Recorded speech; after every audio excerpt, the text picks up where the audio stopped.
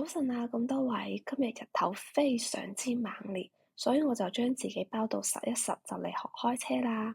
咁咧，夏天學開車避免自己曬親曬黑嘅三要素就係一防曬霜，二防曬衫，三防曬面罩，三樣齊晒，成個學車時長落嚟都唔會曬得去邊噶啦。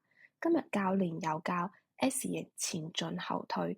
要記嘅點同埋轉方向盤嘅位置真係太多啦，咁我個腦同個手非常唔同步啊，特別係啱入個彎同埋左轉後方向盤要打正嗰時，冇辦法做到手快速轉方向盤嘅同時，但係個腳依然要踩緊個剎車，好容易個手一快，腳就開始鬆鬆地，然後架車就唔知轉到去邊度，嚴重出線啊！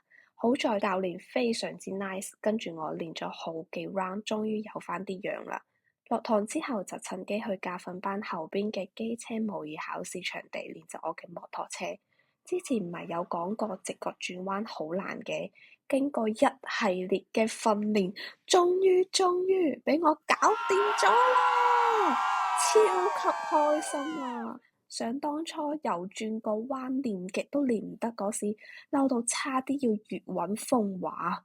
中午唔想煮飯，又落街買早餐店嘅 brunch 返嚟食啦。今日點得就有啲多啦，嗌咗個卡拉雞腿堡同埋肉鬆蛋餅。個卡拉雞腿堡真係好好食啊！個炸雞排咬落去超級酥脆，雞肉又唔會話好柴。而且更加唔會好似 M 記咁麵粉多過啲肉，再加上美乃滋醬同埋生菜，就整個都剛剛好。點知食完個包之後，已經冇胃口食個肉鬆蛋餅啦。每次都眼闊肚窄，以為好食得，其實一啲都唔得。晚上依然都係唔想煮飯，就開車嚟夜市啦。路上問小孩哥去夜市開唔開心，佢嬌羞嘅表情真係要笑死啦。有多開心？我就跟他講啊，下次不是我的問題啊。可以吃糖葫蘆開心嗎？不用再來了。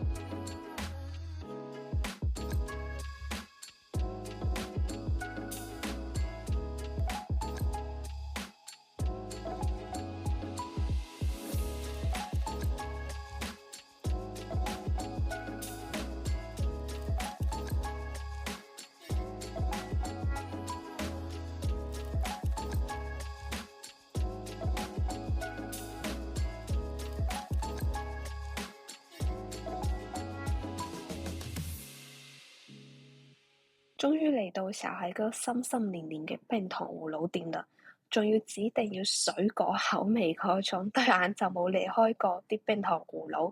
喺呢度呢，要幫大家備來一家大腸包小腸嘅攤位，佢哋香腸麻麻地都算啦，但出面嗰個糯米腸，天啊！嗰層皮咬極都咬爛，扯極都扯唔斷，真係咬到我好耐啊，嘴都咬攰啦，先咬斷。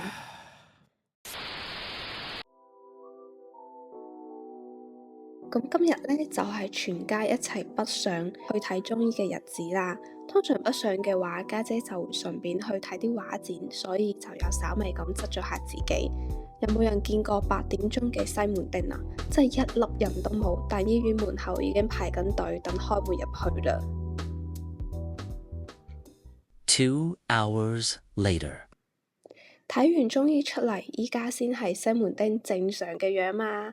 前一晚有喺網上 search 過美術館附近嘅美食，就有見呢間開喺住宅區裡面嘅湯包孔。唔好見佢咁樣好似唔顯眼，間唔中都有好多客嚟買小籠包㗎，客源幾乎冇斷過。咁我就嗌咗個原味小籠包，啲汁水超多，咬落去第一啖就瘋狂爆汁。好啦，嚟到美術館，我哋要開始接受藝術嘅薰陶。究竟係我藝術細胞太過缺乏啦，仲係啲藝術家太過抽象呢？真係睇極都唔明。算啦，感受下氣氛都好嘅。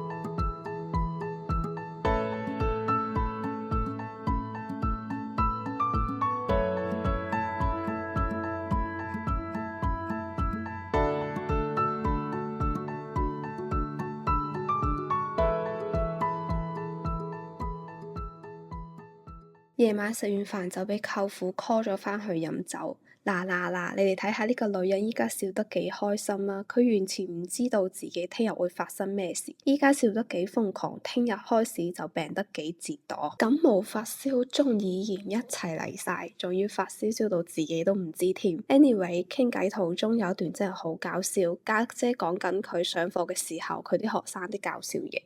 我就說來，你看，來怎麼看？我說請問你看得到嗎？他說看不到。我說對，那請問一下老師看得到嗎？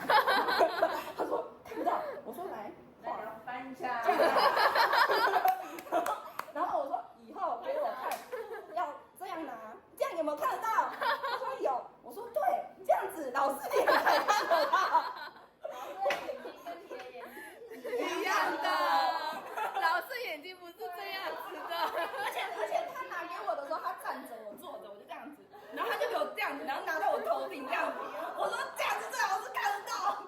你來做，我這樣子。沒有，他以為老師眼睛是可以穿透的那種。眼睛都長在頭上。長在頭頂再也看不到啊！老師的評價好像眼睛都長在頭上。他都是這樣子看的。哪有？我的評價已經很一般，你知道我的要求是什麼嗎？我說畫面不可以有空白。然後他們就很不能理解，我說你這樣子的話，這邊就有空白啊，你至少那張紙要塗滿吧。你塗滿顏色就好了。我要求已經很低了，你為什麼不能做到？然後他很不高興啊，他說我有塗啊，我說沒有塗滿。沒有滿，算。然後他來很多次，我說你就沒有塗滿，這裡有一塊白色。然後他就說我塗很滿的。然後我就說就是有白色啊。我就想說我也不知道怎麼回答你們，說就是有白色啊，反正你現在還有時間，你去把它塗一下，還有10分鐘才下課，你塗一下嘛。然後呢，他就說我真的有塗。然後我就問旁邊的同學，我說你看一下它上面有沒有白色？他說有，很大塊。然後他們可能只會塗覺得原本已經上色的地方。對，沒錯。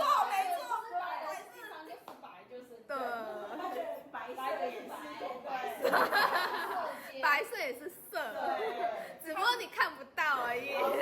天空就是白。對，他們就是這樣子給我一張半張都白的，一張紙人這樣，然後半張都是白的。然後我說這邊為什麼都沒有畫？他說天空啊。對啊。